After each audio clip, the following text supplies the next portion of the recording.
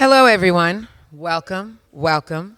I'm so excited to be here introducing this conversation between two truly amazing, remarkable women. Mara Hoffman is a visionary whose journey in the fashion world has been both remarkable and revolutionary.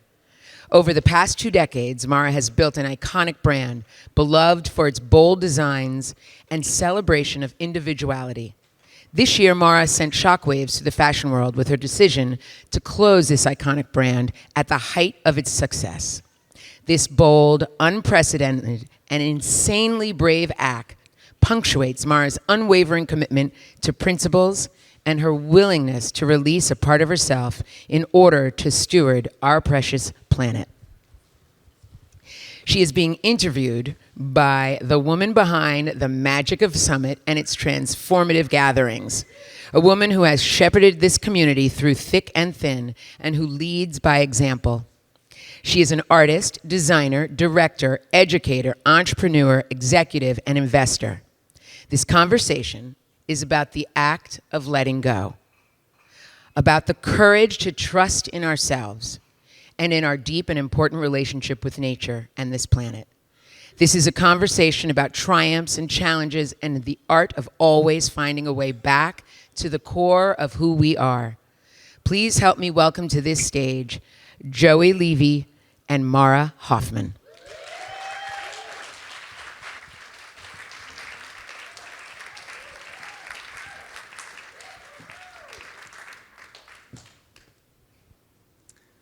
Hi, everybody. How is everybody? I am so honored to be able to be sitting here having this discussion with you today. And we're going to get into it.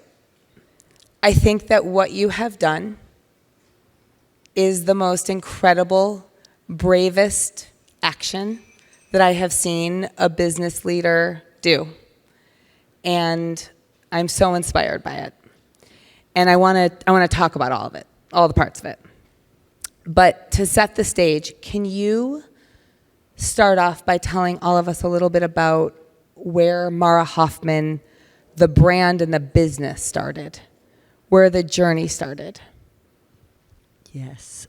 First of all, I just want to say thank you to everyone that's here, choosing to spend your hour with us. Thank you.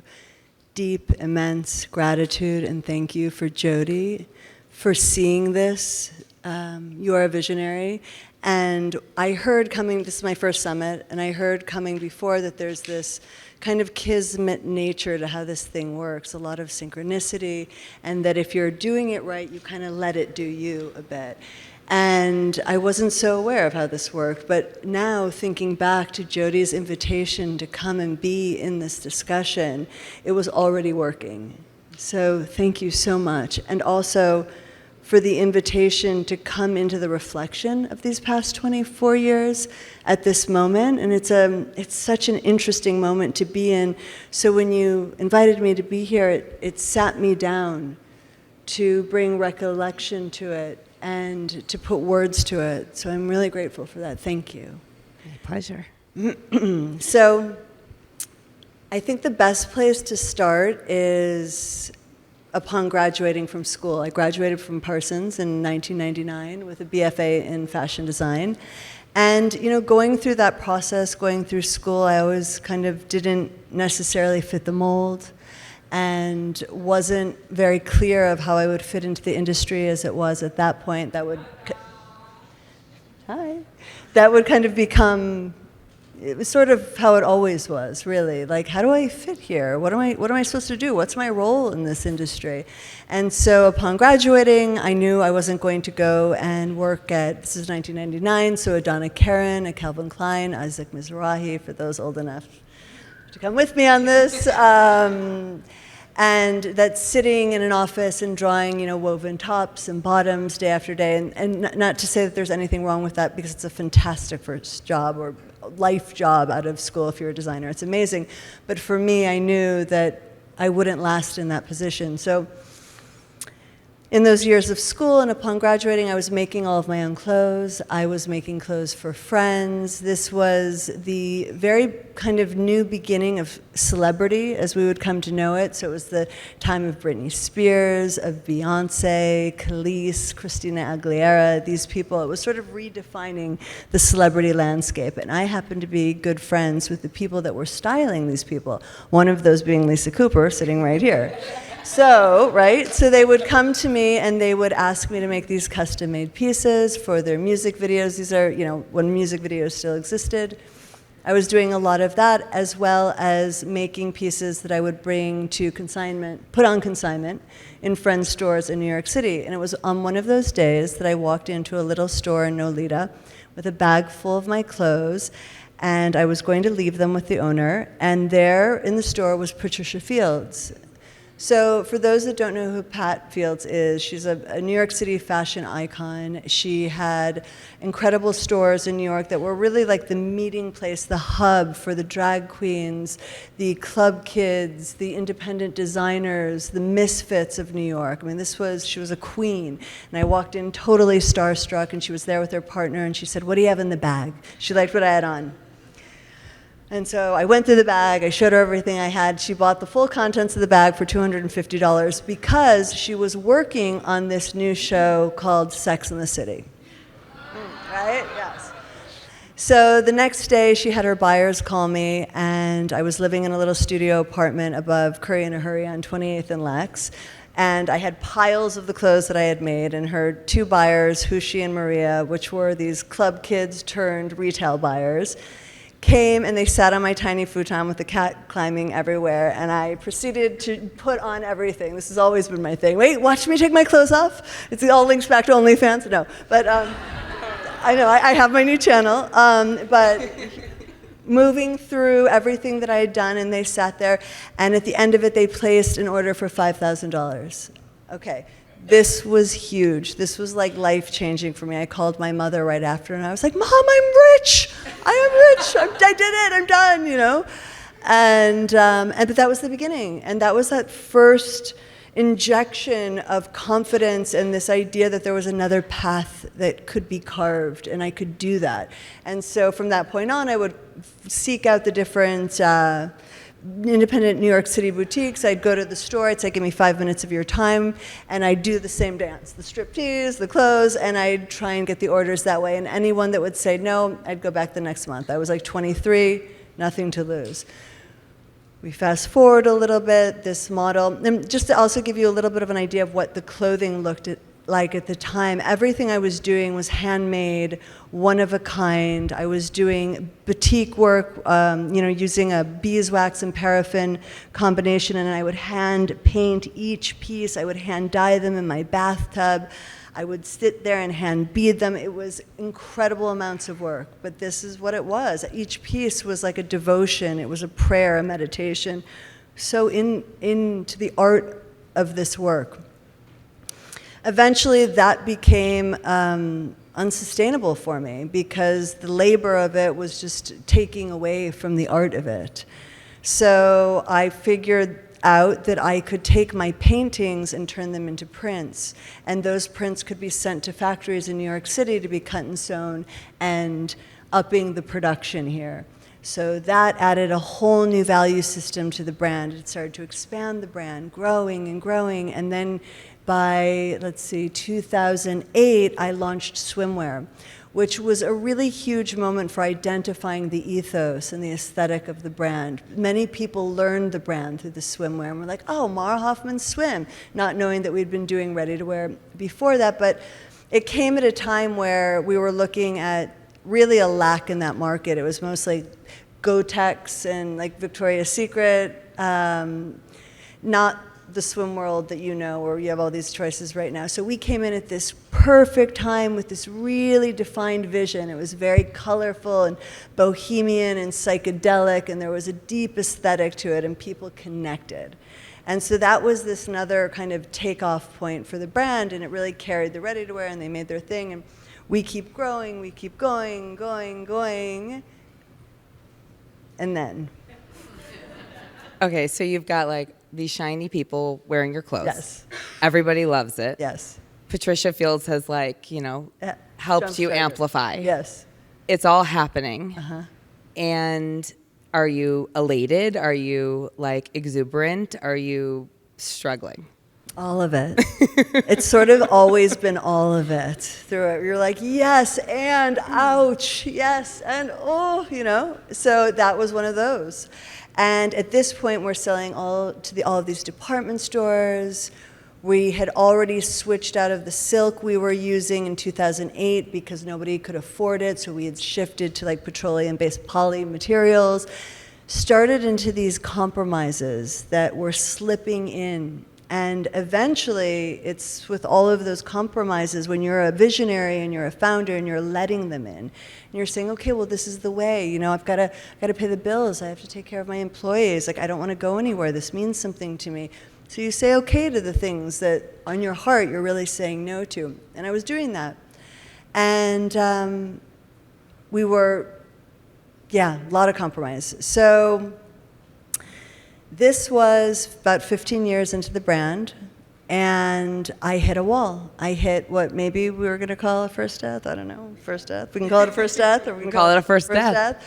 Where it came over me so strong that I knew I would rather give it up than go on. And the years later, it took a minute for me to get to that level of awareness, because the fashion industry, and for anybody who's kind of adjacent to it or within it, knows that back then we were not using the language that we were using now. We weren't using the word sustainability. There wasn't awareness, consciousness. We weren't thinking about waste and supply chain, any of those things. They came into the lexicon later on, but I began becoming more aware of it, and in its early stages of awareness sort of felt helpless. There's nothing I can really do about this. I think I can still sleep enough at night. I know it's shitty, but okay, I gotta run this business, And then all of a sudden it was oof. My son was 3 years old at the time, and I just understood that it wasn't solely about me anymore. I was making all of these things that his generation was gonna really have to deal with. And it didn't feel good. And I was well, what is it for at this point? Is it for sewing my name in the back of a lot of clothing? What is that feeding? Or is it something else? And so I sat on my then production director's couch at the time, and I said, we're closing it. And she said, hold on. She's a Capricorn, and she's no, we're not closing it. She's hold on, there's another way. And that was the very beginning. And so it began with a full audit of what we were doing, what could stay as is, what needed slight adjustments, and what needed to totally go.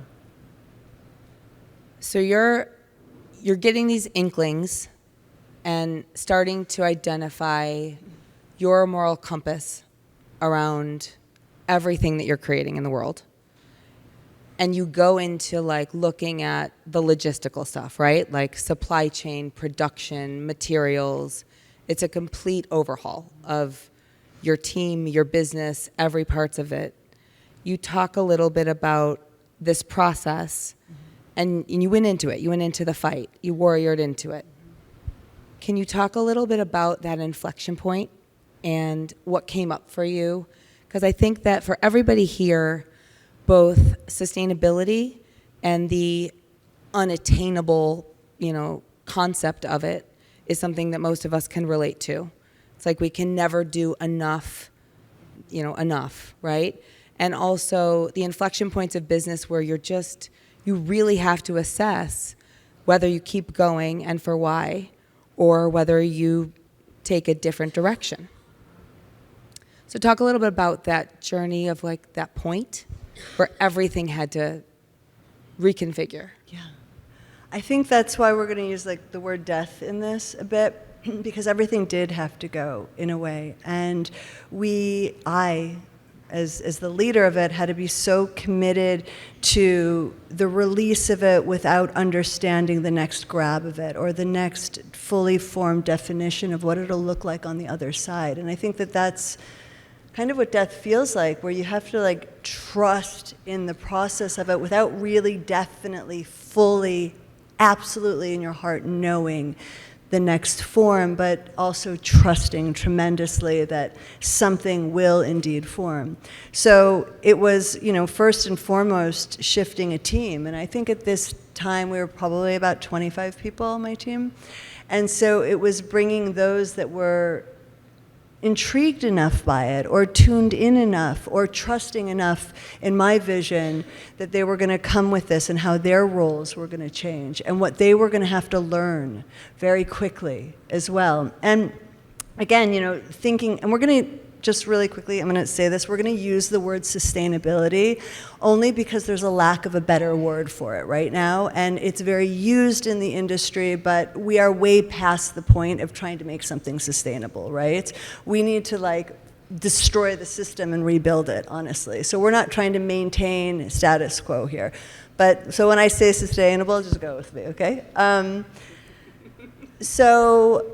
I mean, this was the part, and I think back too, we think now of what the sustainable fashion world looks like and how often these words are used and misused, and it's like every brand is sustainable, every fast fashion company has a sustainable limb to it, an eco-conscious part. I mean, it's everywhere you turn, right? I can't even imagine being a consumer who cares about this, who doesn't have the time to constantly be researching every brand that they're buying from, because there's so much that's misleading right now. But that is on the consumer now to do this research.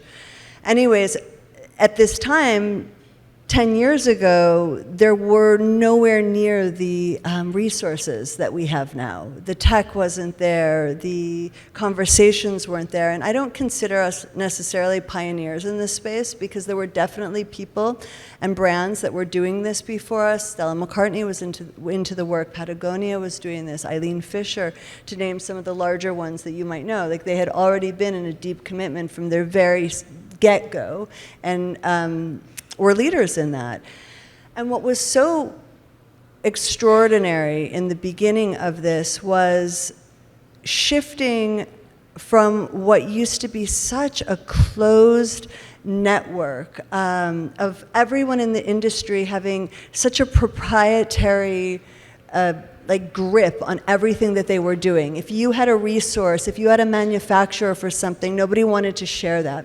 When we made that shift to building a sustainable framework, the people who were already in the work were so kind of committed to the share of it and the collaboration of it, because if you are really still to this day deeply invested in this, you know that if you're trying to win it, you've already lost it. The only way for this thing to actually see this external transformation that we're all praying for, hoping for, I know the people in this room are really plugged into this, is by everybody doing the thing, right? Not a few of us killing it and making all the money, but the entire system reorganizing and all of us, one boat rises, all boat rise kind of situation. And so what we found in those early days was the willingness for collaboration, for resource sharing. And that was an incredible thing. And so through this audit, first very approaching low-hanging fruit, okay, we have this swimwear business. It's deeply relies on petroleum-based materials. Aish, what do we do? So, right? So quick shift in the very beginning that felt like a big win was shifting out of this conventional material into a recycled plastic bottle, which we've all heard over ad nauseum about my bathing suits. Everyone's things are made of recycled plastic. Ultimately, not the fix, right? We all know that that is not the fix now because we're still looking at microplastics. We're still looking at an end product that can't be recycled at the end of its life. There's a lot of issues. But at the very beginning, 10 years ago, ooh, this was a great fix, being able to shift out of conventional cottons to organic cottons, shifting, into responsibly sourced cellulose materials, being able to partner with different organizations that had been doing the work either on an environmental, human-centric, social work level that you could align with, you could research and align with, and then, shift out all of your cellulose materials so you're doing it responsibly from, no virgin forest, no endangered forest. You're working in a very different way to do everything that you're doing. All of this at the time took tremendous work. Like, it wasn't just one quick call to get this. It was research, work, and then having to let go of a lot of the parts that made your business easier. Even from an aesthetic point of view, we in the very beginning had buyers coming in saying, nobody cares, what? Like, we're not willing to pay more for this. Nobody cares about sustainability. You know, fast forward few years and like you're on their front, like they're like, we love you, we want you to be our you know, it's like a very funny thing how that happens. Okay, whatever gets you there, I guess. But in this very beginning point, we had to fight for people even to trust the thing, to buy any of it. And the aesthetic at the time had to transfer and transition as well. But that was also coming from me, that I was over the thing that I had been putting out. I didn't want to see women wearing what I had been doing anymore. It had transformed. And just so everybody in this room understands, I mean, this wasn't like a small entrepreneurial push. This was like Mara introducing new legislation for how clothing was made in the fashion industry. This is like pioneering new manufacturing techniques. Like Vogue has said that you have achieved more sustainability than Patagonia has because of the integrity of how you went about what you did and to the level of attention. Like, this is major. Well, thank you. I just wanted everyone to realize, like, I mean, this is a real push. Thank you. And I hold such, even sitting in the position that we're going to get to about like how to end it also, I sit with such immense reverence and gratitude for what this vehicle was able to do, how much it was able to inspire, the collaborations that we were able to be a part of, the things that we were able to pilot. A few of my favorite things was to answer that swimwear, oh my gosh, what do we do with this? We found this incredible company called Pyrotex that were able to, after lots of work together, able to come up with a fabric that could mimic the qualities of traditional swim. It could hold its shape. It could be wet. It could, form fit, all of the things that we needed. And so, but it relied on a cellulose fiber. So we were able to slowly start, letting go of that dependency and know that there was a replacement that could come in. We also partnered with this incredible tech company called Cirque. And so I think that there are going to be people in this room that should really look up this company, and they're phenomenal. It's CIRC. And what they did was came up with the tech and the science to be able to split a dual-based fiber, so a poly-cotton blend. And just to give you some perspective, the majority of the clothing that are sitting in landfills right now are dual fibers. And you haven't been able to recycle those. So if something is like purely poly, it can go into its own recycling stream, and something that's like a purely natural fiber can go into its own. But to be able to split those fibers has been a super challenging task. So Cirque came up with the tech to do this, and they separate the poly into its own stream, and then they separate the natural into another stream, which makes a cellulose fiber. And then the poly can go on to make new things, and the cellulose can go on to make new things. And what we were able to do is make a fully recyclable gown, like beautiful gown, like that you would wear on a red carpet kind of gown. And it was made from full garment waste. And at the end of this life, it could be fully recycled. And I imagine that there are probably people sitting in the audience that are like, that must have already been happening. But it actually hasn't been happening on that level. So to do something like that, one other that I love, that we were able to do a climate beneficial yarn program fully made in the United States and partner with carbon sequestering farms where they are grazing their sheep so strategically so that they're keeping the grass at a certain level to capture the carbon, and then their fibers are turning into these gorgeous sweaters. So it's like a fully built-in system that can play into the fashion industry. Like, that's very cool. And So cool. And we were always in these situations, the brand that these companies would call to pilot things. And I owe that so much to our ability to, which is very important in this movement, is to maintain the emotionality of it, to maintain the beauty of it, that it doesn't become a science project, that it doesn't become like an ugly or a boring thing that you are wearing to make you feel better about your contribution to the planet or to humanity, and you're like, I will sacrifice aesthetic or this. Like, now we don't have to do that. And I feel like we were so good at that as a brand, to like maintain the connectedness, the feeling of directly going into a woman's like heart and letting her feel something differently when she put on that piece of clothing that transformed her emotion in that moment, which in turn transformed every encounter she would have. And I'm someone that believes deeply the straight line between the wellness, the health of the women to the planetary health. Like, we are a straight line right now. So if we are not taking care of the women, like, how do we even expect we're gonna, take care of our gorgeous planet? It's not gonna happen. So, I don't know, I say a lot. Okay, so speaking of taking care of yourself, your business is thriving, you're achieving all of these incredible milestones and seeming successes. All these things are happening. You've got the team that's running through walls for you. You're making change. You're being recognized. Some people even want it at this point. Lots the of people rest want of them it. catch up. And does that feeling start to come back, like that nagging thing? Like, I love this, oh my God, and oh shit, oh no, yeah, the and of it, the and, yes, yeah. It's funny because the through line of all of this is the relationship to discomfort. It was the first catalyst that showed up for me in those beginning aches of having to transform my brand when we did it 10 years ago to something that would align, right? But it was the discomfort that did that. It was the thing that said, do not push me away. Do not ask me to be quiet. Don't numb me out right now. Like, open this door. Do it. I will show you what to do. Follow the discomfort.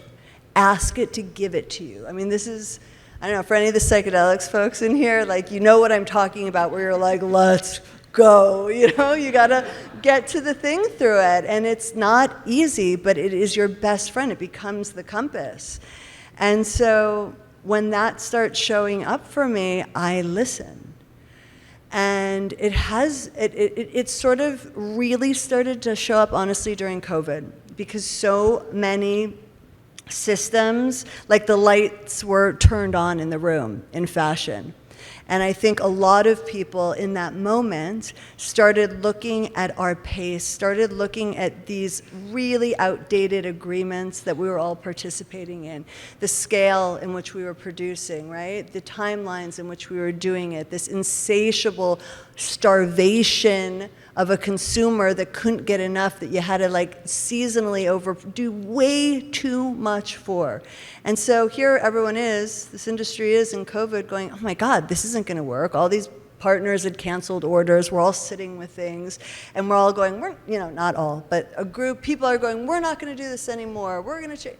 Unfortunately, it didn't stick. But there was a lot of that sentiment. And I think what was incredible for me during that was I got to really understand that, first of all, you can't buy yourself into sustainability. You can't buy it. It's almost kind of the opposite of it. And in order to get out of the problem of having too much, it was like the ask was to make more to get out of the problem of having more. It doesn't make any sense. So I sat in that, and I thought that maybe that would kind of, we answered it by deciding, all right, we won't do a fall collection. We're gonna commit to what we have, what other bigger stores canceled. They didn't want to take the responsibility for, so I'm gonna take full ownership of what I own, and I refuse to make anything else, and we're gonna work with that. Okay, and so this was this exercise during that time. But it never went away. Like that nagging thing of this is so broken. Like you are running engines. You are running a system within a system that will not allow for it. And I'm not a pessimist, because I want to also inspire and tell the people that are still in this work that it's really deeply worthy work and we need you in the work. So this isn't me telling you to stop the work if you're doing it, really doing it. But what I started to feel was like, it didn't matter. Like the scale in which I was working, it did matter. But when there's something so much bigger, so much older than you, so much more momentum, so much more backing, and this thing that's bigger, it wasn't built with the same ideas of what we were trying to do. It was built on oppression. It was built on harm. It was built on keeping people hungry. It was like riding on the back of so much oppression, keeping people locked on a human level. It literally locked to machines, not even getting into the human or the environmental side of it. And it has to sustain in this way for the thing to kind of work, for the people to get paid, to do for the certain people to get paid in this. And so here I am, like running it, like wanting it to do its thing, wanting it to be big enough to like make a dent in the thing over it. And maybe we did, and I think we did actually, and we do make a dent in it. But it takes a collective, like a hugely collective effort to make a hole in it. And I chose not to die for that. And I chose, I'm fast forwarding a little, but I knew that it would kill me, and it would take, not maybe literally like, on my grave, but like take the spirit, take the source from me. And at the end of that, like for what? Where maybe I could redirect this. Maybe I could let this thing die to redirect it.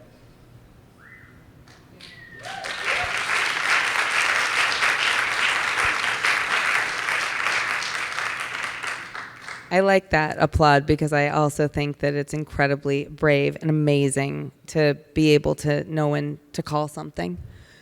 Can you talk a little bit about the part of you that knows, the part of you that like has had that knowingness all the way through this journey, and in this story, in the part of the story where you're having the realization of what it's going to take to make the whole, and how big that is, and the realization of the toll that that's going to take on your wellness. Mm-hmm.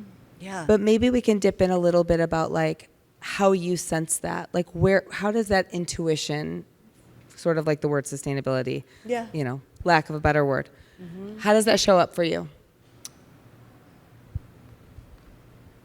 For me, like, I know at this point now, I'm 47, I've done, gotten here, seasoned the pan a bit, that you can't do anything out there. You cannot create the change out there unless you are so good on it and here. So like everything that wants to be efforted, and that you as a visionary, me as a visionary, you, all of us as these visionaries, like we see this thing, but it will run your system down. It'll dry you out if it isn't like deeply resolved and healed and coming from the internal. And so for me, it's been about the deep in.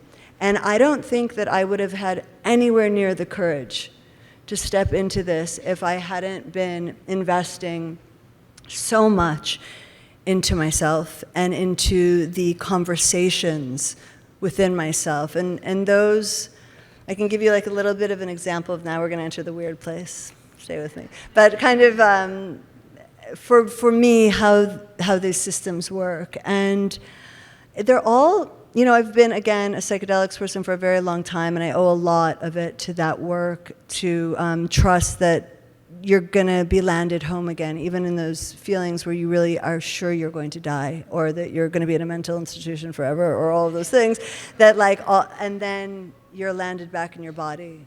and there's grace, and there's vision and clarity. And so to have that experience for, multiple decades of understanding, no, I will be landed back in this body, and I will be repaired a bit more in that space.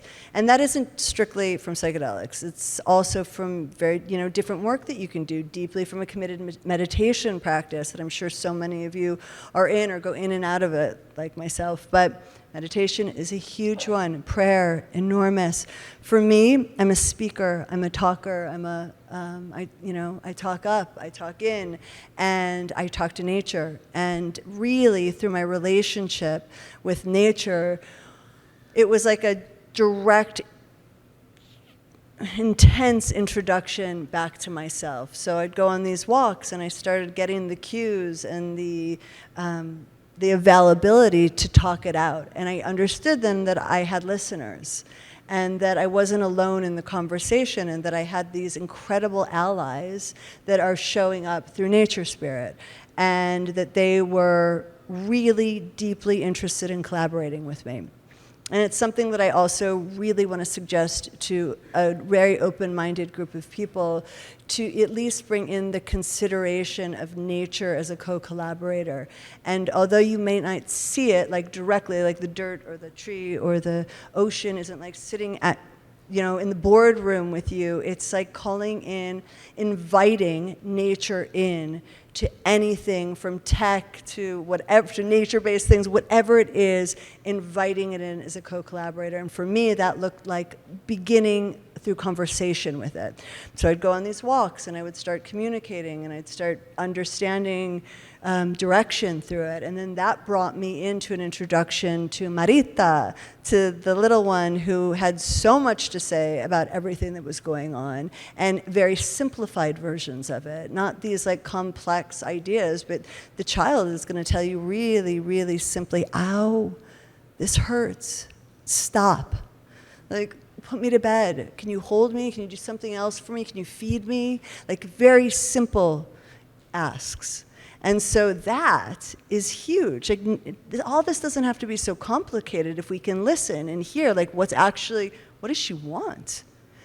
And then really honing into that conversation, speaking to her all the time. And through that, a trust was built, a deep feeling of, I've got this, you've got this, you're going to be okay, we've got this. Just like I would speak to my kid, you've totally got this. You're going to make it through. Like, do the thing. And so that language was there. I don't know if I'm skipping ahead on this, but one more convo was started, and we can wait. You go from here. I'm like, well. Is there something you want to say? Because where I want to take us is to hear how that informed your next action, Yeah, which then informs everything that's become. Okay, let's do that. But you can go somewhere no, first. I love it. That's it. Okay, so a huge piece of this, I wrestle you down to the ground. Piece of this is the identity piece. And for me, I sat in a clothing brand that gave me identity. It put me in the world. It like made me relevant. It gave me a vessel to be my creative version of myself. It gave space for my source to go. So it's who I believed I was. Like, I'm Mara Hoffman, Inc. Right? Ugh. But I'm not Mara Hoffman, Inc. And so through those conversations that I was talking about, it brought me probably to the most important conversation when it came to understanding what I had to do with this. It brought me to the conversation between me, Mara, and Mara Hoffman, Inc. as two separate animals, not the same thing. Not one in themselves, but two different animals. And it took time and it took practice to be able to sit and not be like, oh, like, this is so weird, what am I doing? But to talk to my brand, to talk to my company as its own being, right? And to ask it, what are your desires? Are they different from mine? How am I of service to you? Have we done the run? Is there anything else left for us to do together? Did we say all the things? And I've had that convo with it through the years, and it's told me, though, in the past, no, we're not done. No, fight, stay, fight. And I did it. I listened, and I was like, okay, I'm in, I'm fighting. And this time it said, we're good. And it was me honoring that this other entity had its own beginning, middle, and end. And for me to be in deep gratitude of it, and to deeply understand what it had provided for me, it was walking it home too. And it was listening to it, and it listening to me saying, I got you also. Like a commitment to each other. And I know this sounds a little bit abstract, but I'm sure a lot of you can follow this. Or maybe it's an idea that it inspires you, who's wrestling with the identity piece that you are your creation.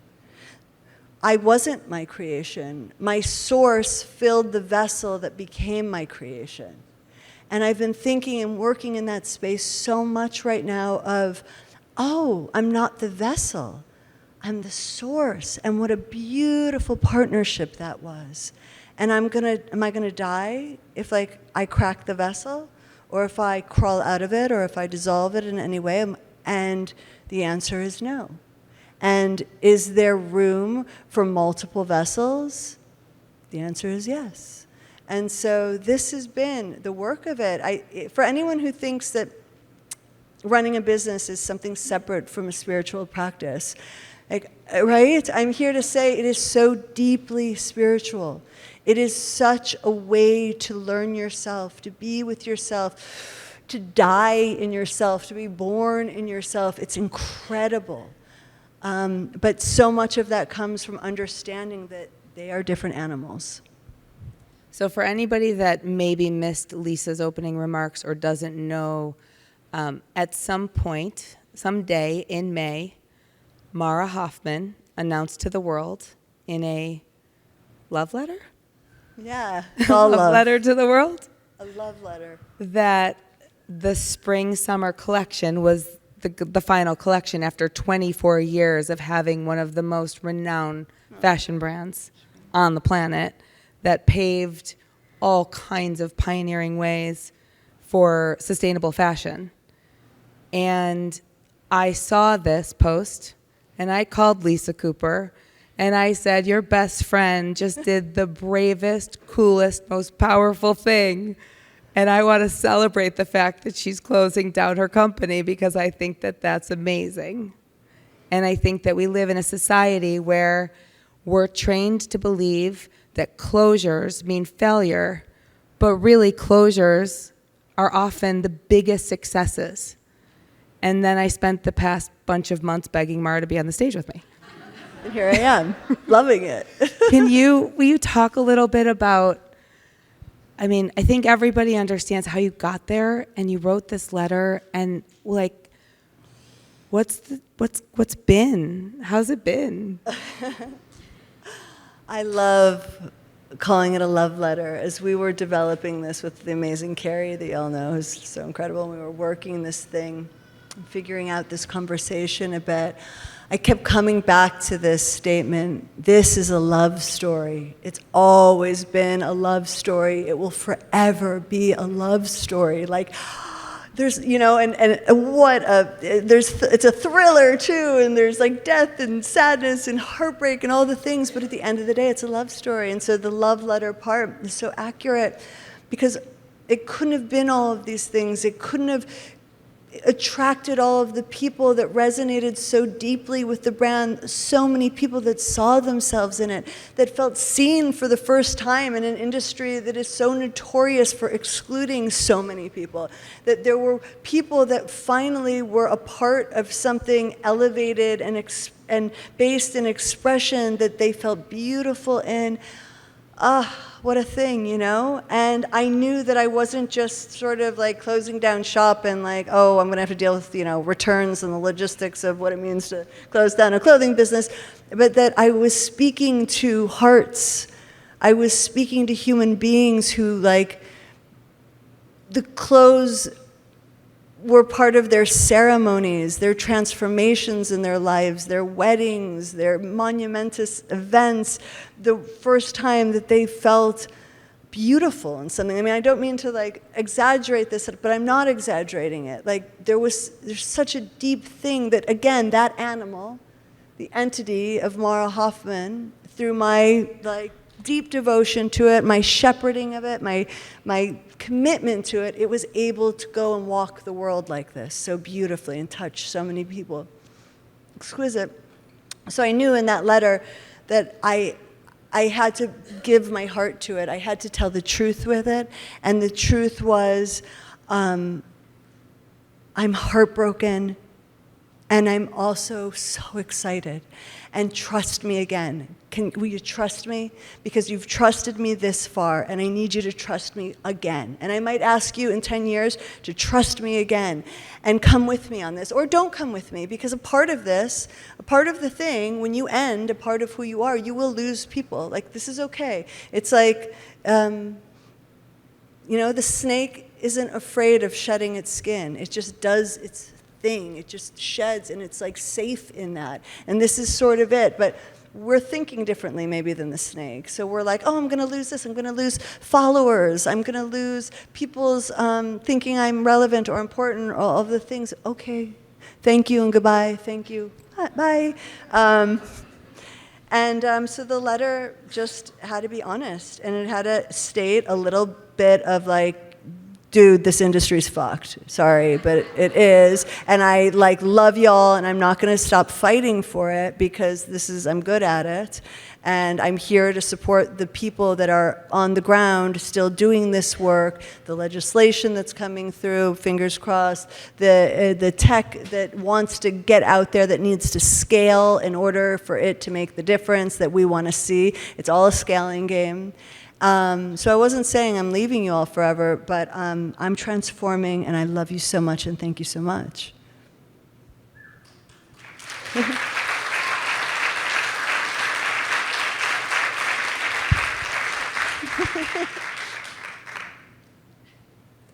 So I know, because you and I have talked about this, and everybody wanted me to ask this question, but I'm not going to, that everybody that hears this news and talks to you about this huge, amazing, brave life move wants to know what you're going to do next. But I'm not particularly interested in what you're going to do. But I am particularly interested in the essence of how you want to spend your sacred time. Well, I think that question is so important. And I think what it does is it brings up kind of this symptom of our collective illness, right? And I mean this in just the deepest, most mothering, loving way, that I'm a part of it. Like, oof, what we're seeing, what we're feeling as human beings right now, what we're having the planet graciously reflect back to us of what's happening in us. And that is a dependency on the doing, and a deep dependency on the currency that we are terrified to unplug from. And when you really sit with it, and you really kind of ask into the planet or into nature, like, what do you want me to, what should I be doing? What should I be doing? It's like, can you all just do less? Can you just, and I don't mean that to say the planet wants us to stop being solution-oriented and to figure out how to repair right now, because yes, of course, the planet wants us to do that work. But it's this other feeling of, what are you going to do? What are you going to do? How am I going to keep it going? How am I going to run the adrenals? How am I going to keep draining the resources, that almost, if you ask, the deepest act right now of sustainability is to actually do less, make less, stop making it. Like, how much do we, whatever, but even one more just little, like, to plant you with a little perspective on the fashion industry as a whole. I'm just a couple little numbers on this, that we are sitting on our planet with enough clothes for 150 years. That's 6 generations of clothing is sitting here now. We are making over 100 billion pieces of clothing a year. Do you need me to keep making clothing? Really, and I mean that. Like, you need me to like plug everything I have into some other solutions right now. You really need me to do that, you know? But do you need me to make you another skirt? Do you need anybody to make you another skirt right now? And again, for like my beautiful makers in here, my fashion people, this is your own, you know? This is between you and you. And I also really believe in other models, smaller scales, circularity models, things that we can scale in tech, all of those things. But so I'm saying there are ways to do it. There are totally ways to do it. We can talk later.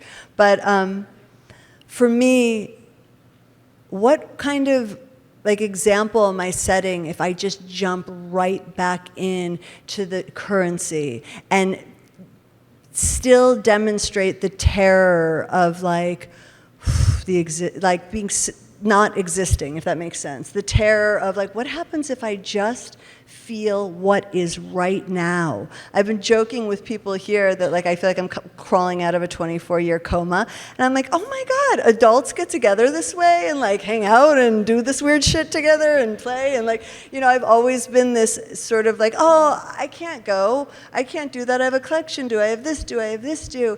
And all of a sudden, I am meeting the world, and I'm meeting myself in such a different way. Like, finding out what I like, or different things, or actually having the availability to have space to have a conversation with someone. I thought I was able to do it before, but I was at such capacity that there was like a tiny room before I checked out or before I became uninterested, because there was nothing left in me. It was all being used. And right now I have all this room, or I'm not fully there yet, because a detox at this level is big. It is a committed, I can't imagine I will be done detoxing this for like at least a year of work on it. And committed quietness, committed stillness, committed care. So the now is exactly that. It is the commitment to real, true sustainability.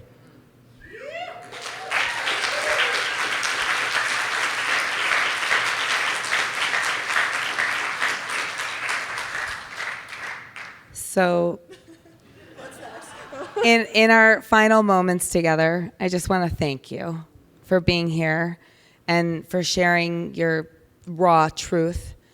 I guess I'd love to end on, you know, for anybody that's in this room that is feeling some version of that nagging, that, you know, may not have gotten to the place where they've made decisions yet. Do you have anything that you want to impart on anyone that, you know, might be in that transitional space? I just want to remind everyone that it's just a vessel. And when you do dissolve it and when you do crumble it, the view is just so beautiful. It's different, right? It won't be the same from looking at it from behind that one wall. It will be different, but it is so worth it. Like, dying is worth it. Get used to it.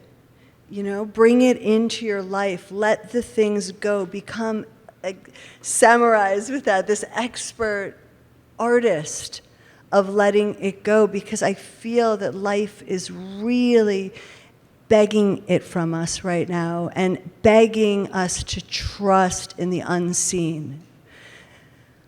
So it takes tremendous courage, and I just want to commend anyone who is in this part of their life on any level. It might not be a clothing brand or a brand or something so material as what I'm in the process of doing. It could be as simple as not simple, deeply complicated as a relationship with another human being, or a belief system about themselves, or some part that is bringing the discomfort to the surface. Follow it, thank it, love it.